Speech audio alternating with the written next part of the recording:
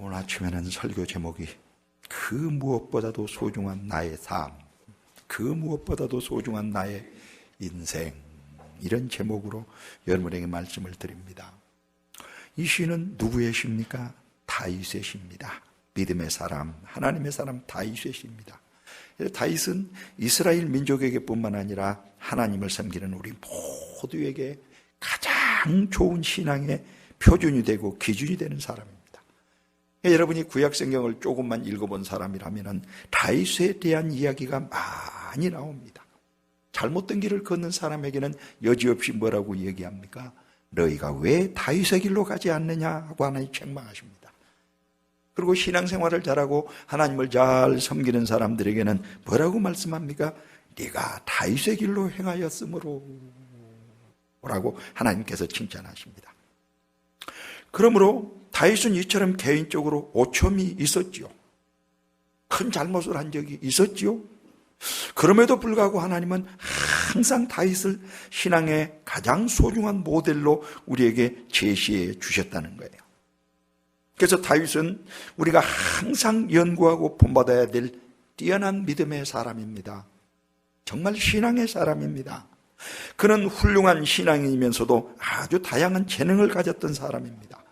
그가 악기를 들고 연주할 때에는 귀신이 소리를 치고 도망갈 정도로 음악에 재능이 있었고 음악에 능력이 있었던 사람입니다.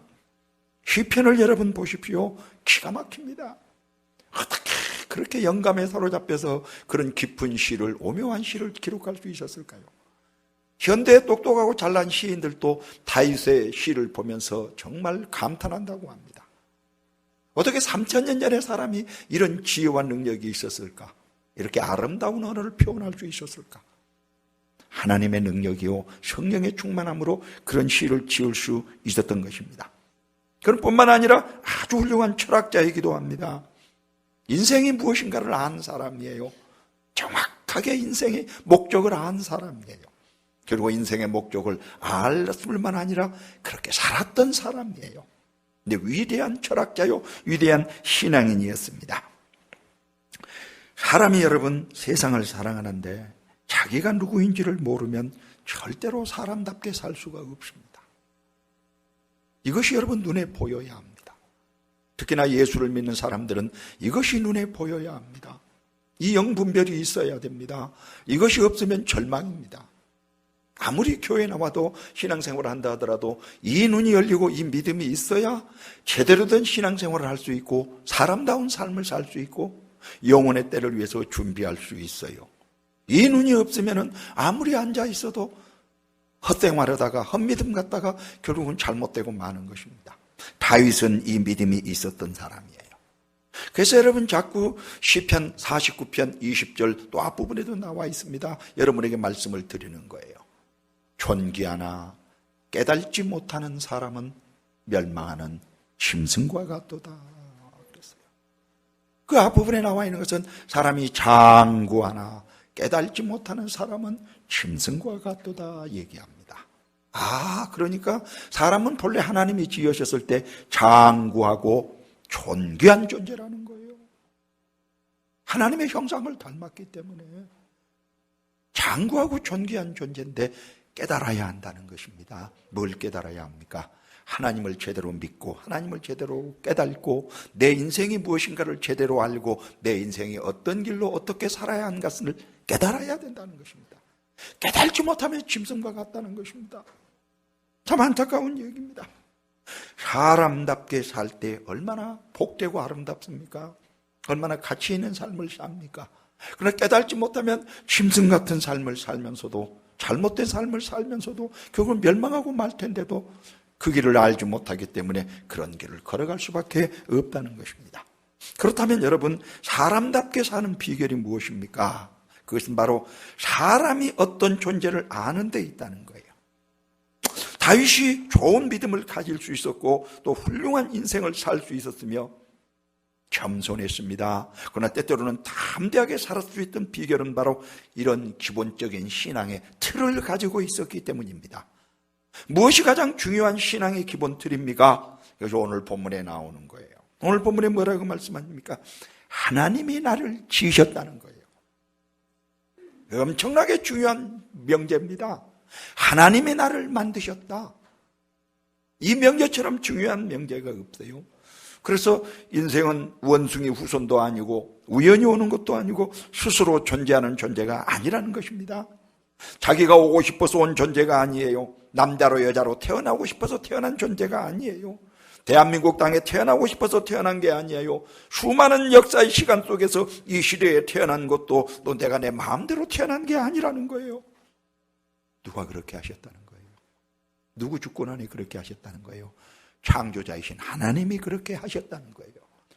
아멘. 창조자이신 하나님이 그렇게 하셨다는 거예요. 그걸 믿으라는 거예요. 인정하고 믿으라는 거예요. 그 사람이 진짜 신앙인이고 그 사람이 하나님의 뜻 안에서 사는 사람이라는 것입니다. 인간의 존재가 어떻게 알고 있느냐, 인간의 시작이 어떤 존재인가를 알고 시작하느냐, 여기서부터 인생은 두 갈래로 쫙 나누어지게 됩니다. 인생관이든지 목적이든지 영혼까지 가치관까지 모든 것이 여기서 쫙 나누어지게 됩니다. 대부분의 세상 사람들은 사람이 우연히 왔다고 생각합니다. 진화론적 전지에서 생각합니다. 그러면 그런 사람들은 어떻게 됩니까? 대부분 목적도 틀렸고 삶 자체도 아무렇게나 삽니다. 진정한 목적의 방향이 틀어져 있기 때문에 전부 다 아무렇게 살 수밖에 없습니다. 그러나 하나님이 나를 지으셨다는 사실을 아는 사람은 인생을 바르게 살게 됩니다. 절대로 함부로 살지 않습니다. 막 살지 않습니다. 얼마나 엄청난 차이가 납니까? 근데 자기가 살았던 인생이, 자기가 걸어갔던 그 발자취가 그냥 그대로 끝나는 게 아니에요. 영혼의 때까지 연결된다는 거예요. 영생까지 연결된다는 게 더 큰 문제가 있다는 거예요. 다윗은 오늘 본문에서 세상의 것들로 인해서가 아니라 자기가 하나님의 오묘하신 창조로 지음받았다는, 그래서 세상에 왔다는 사실 때문에 너무너무 감사하고 감격해하고 있습니다. 내가 은밀한 데서 지음을 받고 땅의 깊은 곳에서 귀하게 지음을 받을 때 나의 형체가 주의 앞에 숨기지 못하였나이다. 내 형질이 이르기 전에 주의 눈이 보셨으며 라고 고백합니다. 땅의 깊은 곳은 여기에 나와 있습니다. 어머니의 태 속을 말합니다. 내 모습이 어머니의 태 안에서 잉태되어 있으나 내 아버지도 모르고 어머니도 내 모습을 보지 못했지만 내 형질이 만들어지면서 하나님은 그것을 다 보고 계셨다는 거예요. 알고 계셨다는 거예요. 사람이 나를 알아주지 못하더라도 하나님은 나를 기억하고 계시고 나를 주목하고 계신다는 것을 생각하니 인생은 정말로 살만한 가치 있는 존재라는 고백을 하고 있는 것입니다. 그런데 인간은 내가 누굴까? 나는 어디서 왔을까? 나는 어떤 존재인가? 해결하셨습니까? 답을 가지고 살고 계십니까? 최소한 신앙인이라면, 예수를 믿는 사람이라면 이것만큼은 확실한 답을 가지고 살아야 합니다. 이 답이 없다면 이 사람은 짐승 같은 삶을 살고 있는 것입니다. 확실한 이 답을 가지고 살게 될 때 실수하지 않습니다. 실패하지 않습니다. 아니, 이 정확한 답을 가지고 있다면 그 사람은 이미 성공적인 지식을 갖고 있고 성공적인 인생을 살게 될 것입니다. 그렇기 때문에 인간은 이런 철학적인 사고를 누구든지 갖고 있기 때문에 영혼의 때를 생각하고 영혼의 주인을 찾게 되어 있는 거예요.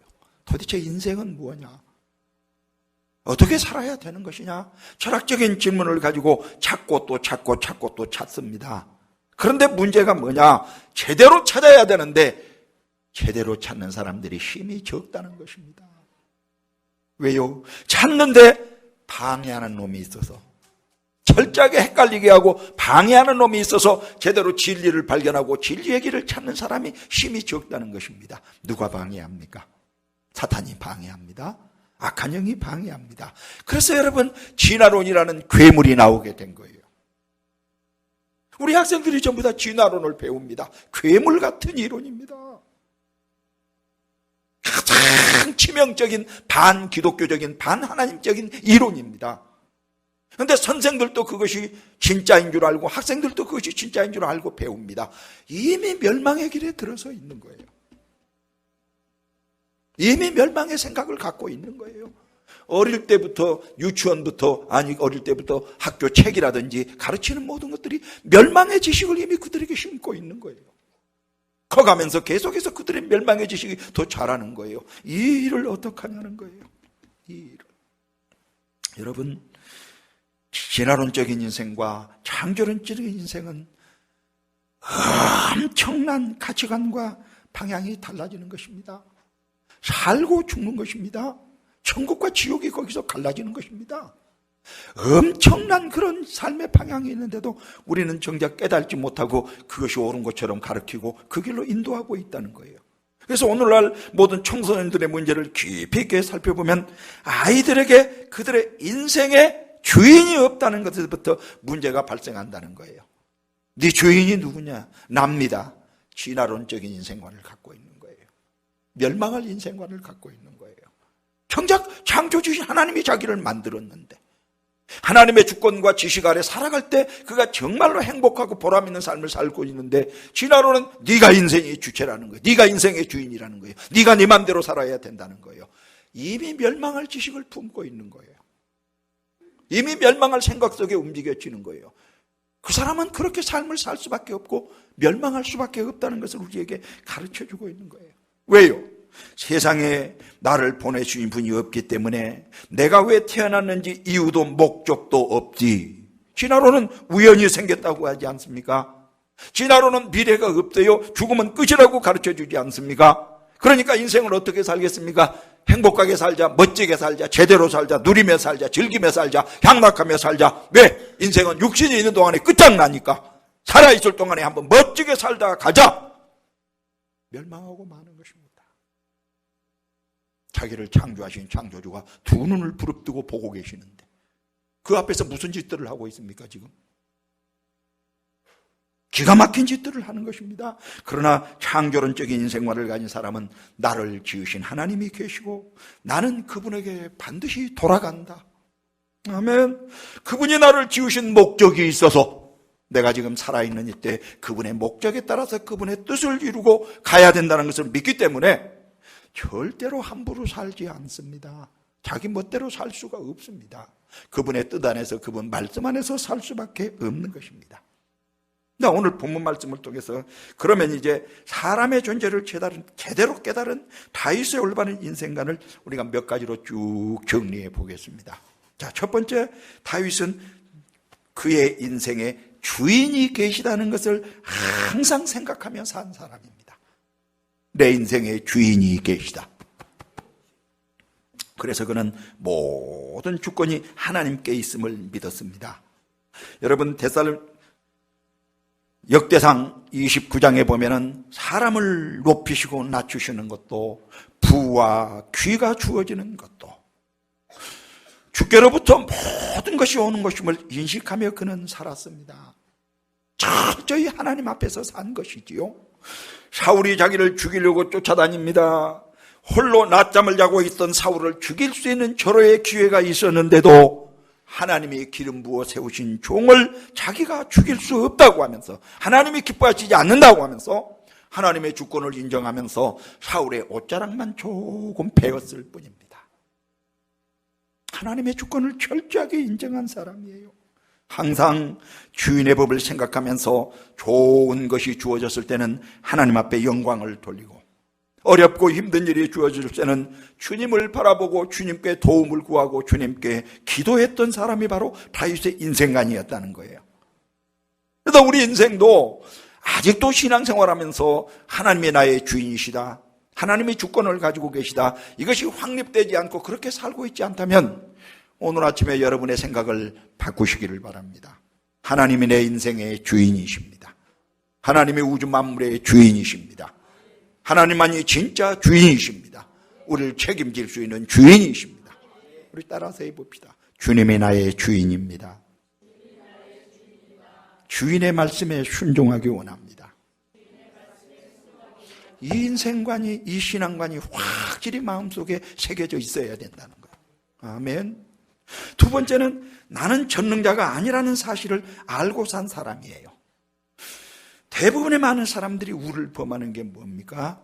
능력도 없고 지혜도 없는 주제에 나는 뭔가를 다 할 수 있다고 까부는 거예요. 나는 대단한 존재라고 까부는 거예요. 다 알지도 못하는 주제에 다 아는 것처럼, 다 할 수 있는 것처럼 까분다는 거예요. 인간이 실질적으로 그렇습니까? 그런 사람이 세상에 있습니까? 한 사람도 세상에 없습니다. 전능자가 없고 천지자가 없습니다, 이 세상에는. 그런데 착각하고 사는 거예요. 전능하신 하나님이 말씀하시는데도 자기의 생각과 자기의 지혜와 자기의 능력이 하나님보다 더 높다는 거예요. 위대하다는 거예요. 얼마나 기가 막힌 일입니까? 근데 모두가 그런 생각에 전부 다 착각 속에 빠져 있다는 거예요. 수많은 사람들이 그 착각 속에 빠져 있다는 거예요. 이게 인생의 비극입니다. 이게 인생의 가장 커다란 문제점입니다. 오만하고 방자하고, 또는 힘들고 어렵고, 정말 어렵고 힘들 때는 그냥 좌절하고 자포자기하고 절망해버리고. 하나님은 우리를 그렇게 되기를 원하시지 않아요. 하나님의 인생이 절대로 그렇게 살기를 원하시지 않아요. 그래서 다윗이 깨달은 것이 뭡니까? 나는 창조자가 아니고 부족하고 연약한 사람이므로 일이 잘 될 때는 오직 하나님 앞에 영광을 돌리고 감사하고, 일이 힘들고 어려울 때는 절망하고 좌절할 것이 아니라 힘들고 어려운 일을 그 전지전능하신 하나님 앞에 나아가 엎드려서 기도하고 도움을 구하는 거라는 거예요. 이게 겸손한 사람이요, 하나님의 뜻을 아는 사람입니다. 다윗의 아들 솔로몬은 처음에 하나님 앞에 엎드려서 일천번제의 기도를 드릴 때는 아주 겸손했었죠. 근데 나중에 점점 번영하고 번성해 가니까 하나님의 사람이 와서 타락한 모습을 보고 하나님의 선지자가 당신이 지금 이렇게 타락하고 있노라고 얘기해도 받아들이지 않았습니다. 교만이 하늘을 찔렀습니다. 그래서 결국은 그는 타락하고 멸망하고 말았던 거예요. 사람은 잘 될 때 조심해야 됩니다. 잘 될 때 교만해지기 쉽습니다. 하나님을 떠나기가 쉬운 거예요. 사람은 절대로 신이 아닙니다. 신이 될 수도 없습니다. 절대로 될 수 없는 것입니다. 사람이 아무리 그럴듯하게 만물을 만들고 아름다운 꽃을 만들어 놓아도 그 꽃에서 향기가 나고 그 꽃이 생명력이 있게 하시는 것은 하나님이 하실 수 있는 것이지 사람이 할 수 없습니다. 우리는 자만해서도 안 되고 열등감에 빠져서도 안 되는 것입니다. 교만한 사람, 열등감에 빠지는 사람은 바로 하나님을 온전히 믿는 사람이 아니라는 거예요. 그래서 다윗은 자기가 다 할 줄 안다고 생각하는 일이 한 번도 없었습니다. 여러분, 오늘 아침에 여러분에게 말씀을 드립니다. 성경을 읽어보면서 다윗과 우리를 비교할 때 당신이 똑똑한 사람입니까? 다윗이 똑똑한 사람입니까? 당신이 권세가 많은 사람이에요? 다윗이 권세가 많은 사람이에요? 당신이 대단한 사람이에요? 다윗이 대단한 사람이에요? 우리 같은 것들은 비교할 수 없습니다. 능력이나 지혜나 통치권이나 모든 재능을 볼 때 다윗과 우리는 비교할 수 없는 존재예요. 그런데도 다윗은 철저하게 하나님의 지혜를, 하나님의 능력을 의지하면서 하나님을 붙들고 하나님 앞에 기도하며 살았던 사람이라는 거예요. 하나님을 인정하며 살았던 거예요. 시편의 9구절들이 그 내용들이 기록되어 있습니다. 127편 1절에 보면은 여호와께서 집을 세우지 아니하시면 세우는 자의 수고가 헛되며 여호와께서 성을 지키지 아니하시면 파수꾼의 경성함이 허사로다.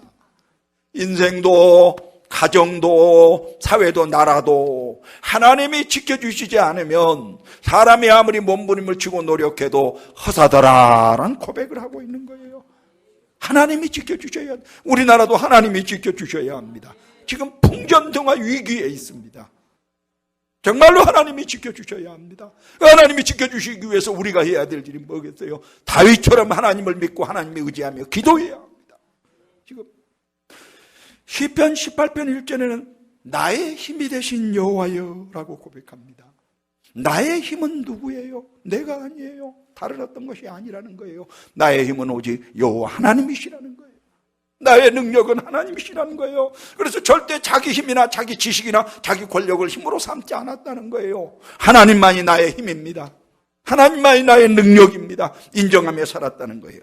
시편 16편 2절에는 주밖에 나의 복이 없나이다. 주님만이 나의 기업이 되시옵나이다 라고 했어요. 주님밖에는 나의 복이 없나이다. 복의 근원이 누굽니까? 하나님입니다. 근본적인 복의 근원은 하나님입니다. 생명의 근원이요 복의 근원은 모든 것이 하나님으로부터 나온다는 거예요. 그것을 믿고 그렇게 실천하며 살았다는 것입니다. 시편 51편 11절에는 나를 주 앞에서 쫓아내지 마시며 주의 성신을 내게서 거두지 마소서. 다윗이 제일 무서워 벌벌벌벌 떤 것은 사울의 칼날도 아니고 골리앗의 거대한 몸짓도 아니었습니다. 하나님의 영이 나와 함께 하나님의 영이 떠나는 것입니다. 하나님이 나를 돕지 않고 하나님이 내게 은혜를 베푸시지 않으면 절망이라는 것입니다. 그만큼 그는 하나님의 능력을 믿었고 하나님의 위대하심을 믿었다는 거예요. 여러분 자신을 보게 해달라고 기도하시기 바랍니다. 우리가 얼마나 하찮고 능력 없고 미련한 자인 것을 깨닫게 해달라고 기도하시기를 바랍니다. 그래서 하나님 앞에 주님 나는 아무것도 아닙니다. 주님이 도와주시지 않으면 나는 아무것도 할 수 없는 존재입니다. 주님 나를 도와주시옵소서. 깨닫고 기도하는 여러분이 되시기를 주님의 이름으로 축원합니다. 세 번째는 그는 인생은 다 돌아가는 자라는 것을 알고 산 사람이에요. 세상은 영원한 것이 아니라는 것을 알고 나니 세상에 머무르는 동안에 어떻게 사는 것이 가장 가치 있는 인생인가를 생각했다는 거예요. 여러분 이거 정리하고 사십니까? 내 인생이 얼마 남았는데 내가 앞으로 남은 인생 동안 어떻게 사는 것이 하나님이 원하시고 가장 기뻐하시며 가장 가치 있는 인생인가? 그것을 확실히 믿고 정리하며 지금 살아가고 계십니까? 그렇지 않으면 미련한 사람이에요. 그렇지 않으면 깨달지 못하는 사람이에요. 그렇지 않으면 짐승 같은 사람이라는 거예요. 영원히 사는 게 아니에요. 영원히 기회가 있는 게 아니에요. 흘러가 버리면 영영 돌아오지 않아요. 그렇기 때문에 남은 인생 동안 내가 하나님의 뜻을 알고 하나님의 계획 안에서 내가 어떻게 살아야 할 것인가 알고 살아야 된다는 것입니다. 그래서 여러분 그가 왕이 된 이후입니다. 가장 귀하게 여긴 것이 무엇입니까? 오직 그 전에도 그랬지만 하나님이 기뻐하시는 일을 했다는 거예요. 하나님이 기뻐하시는 일만 하자. 하나님 앞에 인정받는 일만 하자. 작정하고 그 일을 했다는 것입니다. 사울은 왕이 된 이후에 자기 권력을 지키고 의지하려다가 결국은 다윗을 죽이려고 쫓아다니다가 결국은 미쳐서 죽고 말았어요. 정작 자기가 해야 될 일은 하지 않고 솔로몬은 자기의 권력과 명예와 물질을 가지고 쾌락과 향락을 취하다가 나중에 전도서에서 뭐라고 얘기합니까? 헛되고 헛되니 헛되고 헛되며 헛되고 헛되도다. 다 겪고 살고 보니까 인생은 헛되도다라고 얘기합니다. 참 허무한 인생을 살고 말았어요. 그러나 다윗은 인생이 나그네라는 것을 알았다는 거예요. 그래서 돌아가서 만날 하나님을 의식하고 왕이 되자마자 가장 중요한 일 두 가지를 했다는 것입니다. 첫 번째가 뭐였습니까? 하나는 법궤를 옮겨왔다는 거예요. 3만 명의 군대를 동원시켜서 몇십 년 동안 방치되었던 하나님의 말씀인 법궤를 다시 찾아옵니다. 이스라엘 사람들에게 있어서 가장 중요한 것은 성전이지요. 성전에서도 가장 거룩하고 중요한 것은 지성소이지요. 지성소 안에서도 가장 포인트가 법궤지요. 하나님의 말씀이 있는 법궤지요. 왜? 법궤는 하나님의 임재를 상징하고 하나님을 만나는 것이니까 심장과 같은 것이죠. 그런데 세상에 이 법궤를 수십 년 동안 이스라엘 사람들이 남의 집 숲풀에 처박아 놓고 제사장도 또 관심이 없었고 사울도 왕이 되어서 관심이 없었는데 다윗이 왕이 되어서 첫 번째로 한 일이 뭐냐? 법궤를 모셔와야 된다. 법궤를 찾아야 된다. 법궤를 제대로 모셔야 된다. 그래서 가장 중요한 일을 첫 번째로 해서 법궤를 찾아와서 성막에 안치했다는 것입니다. 이 일이 끝나자마자 두 번째로 한 일은 뭡니까? 법궤를 안치할 수 있는 성전을 지어야 된다. 아멘. 성전을 지어야 된다. 고민하기 시작했어요. 시편에 보면은 나는 백향목궁에 거하는데 내 하나님에게는 천막 속에 모셔져 있다는 것 때문에 잠을 이루지 못했다고 얘기합니다. 이 말씀을 들으면서 여러분이 깨달아야 될 것은 법궤는 뭘 상징합니까? 하나님의 말씀을 상징하지요. 법궤는 십계명 두 돌판이 들어있지요. 그 돌판 말씀이 바로 법궤의 심장입니다. 하나님 말씀이 심장이라는 거예요. 그러니까 법궤는 곧 하나님의 말씀을 얘기하고 있는 거예요. 여러분의 신앙생활을 점검해 보라는 거예요. 이스라엘 사람들처럼 하나님의 말씀을 저 숯불 속에 저 먼 데 던져버리고 짓밟고 있지는 않느냐는 거예요. 하나님의 말씀을 우습게 여기고 불순종하고 내 마음대로 살고 있지는 않느냐는 거예요. 법궤를 찾아야 된다는 거예요. 하나님의 말씀을 회복해야 된다는 거예요. 중요한 영성, 가장 중요한 영성, 하나님이 기뻐하시는 영성은 하나님의 말씀을 하나님의 말씀으로 믿는 거라는 얘기예요. 쳐박고 버려두면 안 됩니다. 천대하면 안 됩니다. 짓밟으면 안 됩니다. 그 사람에게, 그 가정에, 그 나라에 복이 오질 않습니다. 그래서 다윗은 그것을 알았다는 거예요. 하나님이 뭘 가장 기뻐하시느냐? 말씀을 회복하는 거라는 거예요. 말씀을 찾는 거예요. 말씀대로 내가 받쳐서 그 말씀대로 움직이는 거예요. 이 사람이 복받은 사람인 거예요. 의에 줄이고 목마른 자는 하나님께서 배부르게 해주신다고 그랬습니다. 영육간에 복을 주시는 거예요. 의에 줄이고 목마른 자, 하나님의 뜻을 이루기 위해서 아픔을 가진 그 사람, 하나님의 뜻을 가지기 위해서 하나님의 뜻을 이루어야 되는데, 하나님의 나라를 이루어야 되는데 지금 내 욕심을 얘기하는 게 아니에요. 나는 너무 부족하고 나는 너무 불충하고 있구나. 하나님의 뜻을 이루는 삶을 살아야 되는데 애타하면서 가슴 아파하는 사람이 복 있는 사람입니다. 오늘 아침에 여러분에게 말씀드립니다. 하나님의 뜻을 이루기 위해서 애가 타는 그런 마음, 아픈 마음을 한두 가지 이상을 갖는 여러분이 되기를 원합니다. 다윗같이 그런 마음을 갖기를 원합니다. 그 사람이 이미 복받은 사람이에요. 하나님이 그를 배부르게 하실 것입니다.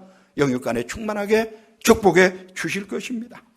그래서 그날에 우리는 반드시 하나님 앞에 돌아갈 날이 온다. 여기서 죽지 않을 사람이 있습니까? 나는 안 죽고 살랍니다, 목사님 할 사람이 있습니까? 누구도 소용없대요. 주일학교 학생들도 때가 되면 다 가야 돼요. 하나님 앞에 서야 됩니다. 하나님 앞에 어떻게 보이시렵니까? 어떻게 서시렵니까? 여기서 우리가 살았던 모든 이력서를 하나님 앞에 다 제출해야 됩니다. 우리는 그날을 바라보면서 정말로 나는 돌아가라는 자라는 것을 잊지 말고 성실하게 충성스럽게 살아야 될 줄로 믿습니다. 하나님이 인정하는 삶, 하나님이 기뻐하시는 삶을 살아야 될 줄로 믿습니다. 따라서 합니다. 나는 반드시 돌아간다. 반드시 하나님 앞에 선다. 나는 반드시 죽는다. 하나님 앞에 인정받아야 된다. 확실히 여러분 마음속에 새기고 다윗처럼 그렇게 준비하며 믿음으로 사는 여러분 되시기를 주님의 이름으로 축원합니다. 네 번째는 그는 하나님은 자기의 아버지이심을 알고 산 사람이에요. 시편 103편에 보면 한 편은 참으로 훌륭한 시입니다. 신앙 고백이요 정말로 위로의 시도 됩니다. 얼마나 아름다운 말씀들이 그 시 속에 들어있는지 모릅니다. 1절 2절을 보십시오. 내 영혼아 여호와를 송축하라. 내 속에 있는 것들아 다 그의 거룩한 이름을 송축하라. 내 영혼아 여호와를 송축하며 그의 모든 은택을 잊지 말지어다. 그랬어요. 우리 영혼이 해야 될 일이 뭐라는 거예요? 여호와를 송축하는 거예요. 송축이 뭐예요? 하나님을 칭찬하는 거예요. 높이는 거예요. 왜 높입니까? 우주 만물을 주셨고 나를 구원해 주셨고 지금도 섭리하고 계시니 높이라는 거예요. 하나님을 높이지 않고 하나님 말씀에 불순종하는 사람들은 지금 어떤 삶을 살고 있다는 거예요? 이것을 깨달지 못하는 사람들이라는 거예요. 이 믿음이 없는 사람들이라는 거예요. 이 짐승 같은 삶을 살게 되는 거예요. 마땅히 하나님이 우리를 그렇게 지으셨고 송축하기 위해서 만들었는데 그런 삶을 살고 있지 않다면 지금 주체가 자기가 주인이라는 거예요. 자기 마음대로 살고 있다는 거예요. 지금 멸망할 길을 걸고 있는 거예요. 14절에 보면은 이는 저가 우리의 체질을 아시며 우리가 진토임을 기억하심이로다 라고 말씀합니다. 세상 사람들은 우리의 약한 체질, 부족한 체질을 자꾸 찌릅니다. 세상 사람들은 세상의 논리는 그 약점을 통해서 우리를 해치려고 하고 죽이려고 하고 짓밟으려고 합니다. 이게 세상의 정리 아닙니까? 세상의 정리 아닙니까? 그런데 다행히 우리 부모님들만큼은 우리를 덮으려고 합니다. 도우려고 합니다. 살리려고 합니다. 우리 부모들은 어찌하든지 사랑하려고 하지요. 그런데 그 부모님들도 아무리 도와주고 아무리 살펴주려고 해도 한계가 있습니다. 한계가 있습니다. 끝까지 도와줄 수 없습니다. 끝까지 살려줄 수는 없습니다. 모든 것을 다 책임질 수는 없지요. 그 모든 것을 책임질 수 있는 분이 전지전능하신 하나님이시라는 거예요. 이게 믿음으로 믿어져야 된다는 거예요. 아멘. 하나님만이 나를 도와줄 수 있는 영의 아버지십니다. 하나님만이 나를 살릴 수 있는 영의 아버지십니다. 육신인 부모도 해줄 수 없는, 육신인 부모도 도와줄 수 없는, 육신인 부모가 우리 천국에 갈 수 있습니까? 육신인 부모가 우리의 모든 고통스러운 문제를 해결해 줄 수 있습니까? 한계가 있다는 거예요. 그러나 이 하나님 아버지는 전지전능하신 하나님이기 때문에 모든 것을 도와줄 수 있다는 거예요. 주여 이 믿음을 주시옵소서. 그분이 바로 누구라고요? 하나님은 우리의 아버지십니다.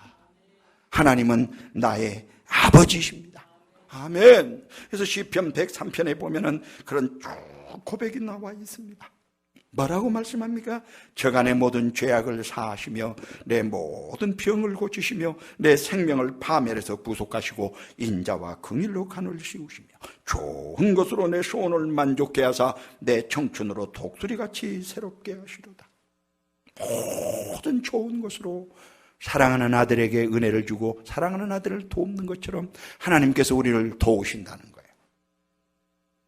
모든 것을 해줄 수 있는 이 아버지 하나님, 이 아버지 하나님이 내 곁에 있고 나를 도와주신다면 얼마나 우리가 든든하고 얼마나 감사한 일입니까?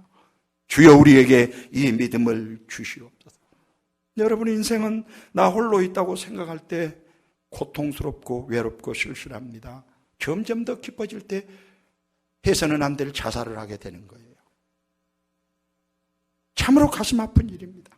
좌절하고 낙망하게 되는 거예요. 그러나 이 아버지, 무엇이든지 도와줄 수 있는 아버지가 있다고 할 때 얼마나 위로가 됩니까? 힘이 됩니까? 하나님을 아버지로 인정하시길 바랍니다. 하나님을 아버지로 믿으시기를 바랍니다. 근데 시편 23편은 인생의 여정을 다는 다윗의 시예요. 뭐라고까지 말씀합니까? 사망의 음침한 골짜기를 다닐지라도 해를 두려워하지 아니할 것은 주께서 나와 함께 하심이라. 주의 지팡이와 막대기가 나를 안위하시나이다. 우리에게 이 믿음을 주시옵소서. 따라서 한번 해봅니다. 하나님 아버지 사랑합니다. 하나님 아버지 도와주세요. 하나님 아버지를 그렇게 사모하면서 간절히 부르시기를 바랍니다. 그렇게 부르면서 살고 계십니까? 그렇게 부르면서 애절하게 간절하게 도움을 요청하며 사는 사람이 영적으로 깨어있는 사람들이에요. 강팍한 사람들, 완악한 사람들, 불순종하는 사람들은 하나님 아버지라는 소리도 부르지도 않습니다. 다시 한번 합니다. 하나님 아버지 사랑합니다. 하나님 나의 아버지 사랑합니다. 아멘. 하나님을 아버지로 믿고 산 사람이 참으로 복 있는 사람입니다. 여러분 모두가 하나님을 아버지라고 진실로 고백하며 믿음으로 승리하는 여러분 되시기를 바랍니다. 마지막 5번째는 그 인생의 영원한 때를 바라보는 믿음을 가지고 그는 산 사람이에요. 영원한 때를 바라보면서 산 사람이에요. 시편 102편 26절에서 28절에 보면은 천지는 없어지겠으나 주는 영존하시겠고 그것들은 옷같이 낡으리니 의복같이 바꾸시면 바뀌려니와 그랬어요. 이 세상의 모든 것들은 다 옷같이 낡아진다는 거예요. 영원한 것이 없다는 거예요. 다 사라지고 낡아지고 없어질 것들이라는 거예요. 하나님만이 영원하신 분입니다. 그래서 시편 116편 6절에서 내게 줄로 채워진 구역은 아름다운 곳에 있으며 나의 기업이 실로 아름답도다라고 얘기했습니다. 하나님이 우리에게 주신 그 기업, 하나님이 우리에게 주신 그 구역은 영원하다는 것입니다. 왜요? 영원하신 분이 준 것이기 때문에.